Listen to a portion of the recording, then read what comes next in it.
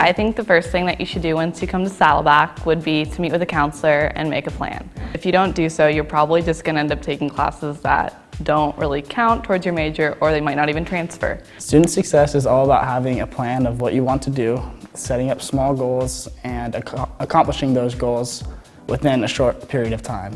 Go see your student counselors. They are there to help you and advise you. You should see them at least twice a semester. Set up a plan, follow that plan, stick to the plan. If you do decide to change majors, figure out what you want to do early in school before you get too far along a certain path. I attribute my success to being a planner and being organized and using calendars, and I also have like 2 planners.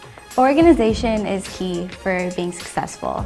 The one way I stay organized is I keep a planner, and in my planner I write down all of the homework assignments, when I have tests, quizzes, essays are due. I also like to write down what we did in class that day because it gives me a better perspective on what I need to get done. A way I keep myself really organized in order to make myself study is I go to Starbucks probably 4 times a week to study because I cannot study at home. It's really distracting, but somehow at Starbucks I can focus. I do all my assignments, essays there. If not, I'll go to a library. When I would get assignments, I would make sure, kind of act as if they were due almost the next day and kind of get a jump start on it, just so, I don't know, we all have problems with procrastination, so I don't know, I just avoided that at all costs. The main things I've figured out that has helped me is time management, because time management is basically everything. If you don't have time management, you don't have a schedule and you don't have anything. I believe that if you plan everything and you have it all planned out, you're set to go. For homework, I have a journal specifically just for homework,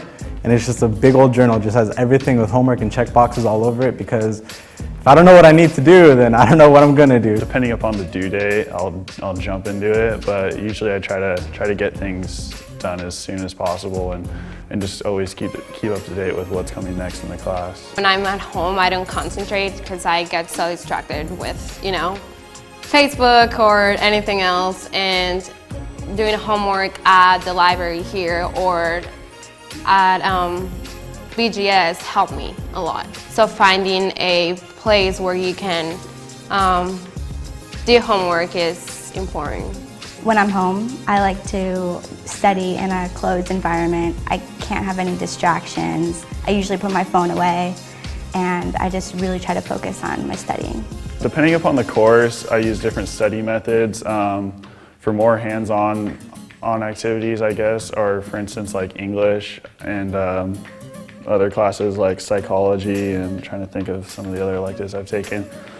Classes where you mainly have to memorize things, I tend to use flashcards. Other than that, I usually go through the text and kind of review my notes to keep up with my studying, and also do the additional reading that's within the text. So just any little bits of information that could help me remember things for the test. I put my phone away. That's like the basic one. Sitting in the front of the class will actually make a big difference in your learning experience, and because if you sit in the front, it doesn't even sound like, oh, big of a deal, sit in the front, sit in the back. I'm still seeing the teacher, I'm still hearing what's going on, not much of a difference. But sitting in the front, for me, has actually made one of the biggest impacts in my classes and learning. It's like a whole new world up there, honestly. Like, you see all the smart and the nice guys and all the good people, the good girls, whatever, all sit in the front.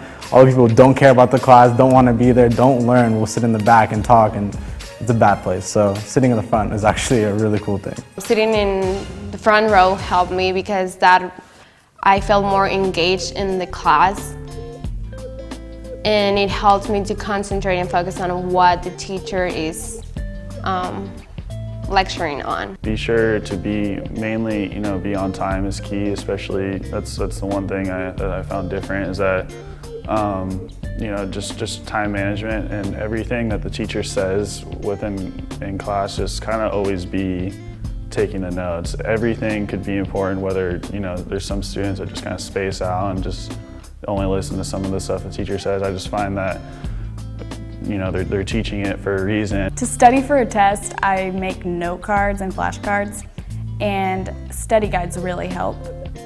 And if I don't have a study guide, I just go over all of my notes. I take really good notes during class to make sure that I have everything. Don't take classes with friends. Taking classes with your friends is probably the worst thing I've ever done in my life, because if you go to class with your friend, they're like, oh, so you know what, let's not go to class today, let's go to Albert Tacos, let's go get some food, let's go hang out, let's go do this and stuff, and it's a bad thing. And you know, even if you take classes with your friends and you manage to get to class, most of the time you're talking in the class about stuff that doesn't even matter. So you're at class, but you're not at class because you're with your friends. Your behavior in class should be appropriate, preferably sitting to the front of the classroom, so that way you can hear the professor clearly and not be distracted in class. You should always do your homework, complete the assignments on time, do the reading assignments on time, come to class prepared, and be ready to learn something new. If students have a question, it's always helpful for the teacher to give them feedback right away. At least when I turn in a paper, I expect to hear something more, what I need to improve. Praise is good, but I want teachers to tell me what I need to do to make it better. Positive feedback is always great as well, and some positive critiques as well to let me know what I did wrong. It's not nice to work on a paper for 10 hours and then turn it in on Friday and get it back Monday with a bunch of red marks all over it. I'd like to know what I did wrong versus just getting some red marks on my paper. Some feedback, individual feedback always helps as well. Having teachers that make a class fun is really important to me. I have a couple classes that are 3 hours, and sometimes it can be really boring, but if you have a teacher that makes it engaging and fun and group activities, it makes a huge difference and makes more kids want to actually attend class. One of the things that teachers can do is to be a little bit more personal, because I think it helps the student to relate more to the teacher, and when they share their experiences as their student or when they were in college, it helps you to relate to them. I like a class where I can talk to the professor and the class is very engaging, and where everyone kind of interacts with each other, and the class is a lively and fun class to talk and be into. I expect the instructor to provide us with probably the most accurate information to help us become successful in the future, and they're here to help us to learn, so any information that they have to share with us, I find it's important, and it can be, you know, it could be applied to your classes or it could be applied to other aspects of life. For a professor to help a student become successful, I believe that they need to involve the students, because if a teacher or professor just sits up there, lectures, and they have to take notes and that's it, game over, have fun, have a nice day, even though 90% of the teachers do that, it's probably the most boring thing in the world, and I hate it and I don't like it. But I believe if you have like activities in the class, debates, anything to help out to get the student like hands-on learning, I believe it makes a big difference in learning. My advice to professors would be to come to class prepared, be organized, same type of thing as a student, but make class fun and enjoyable for your students to want to come to class and show up and participate in the class.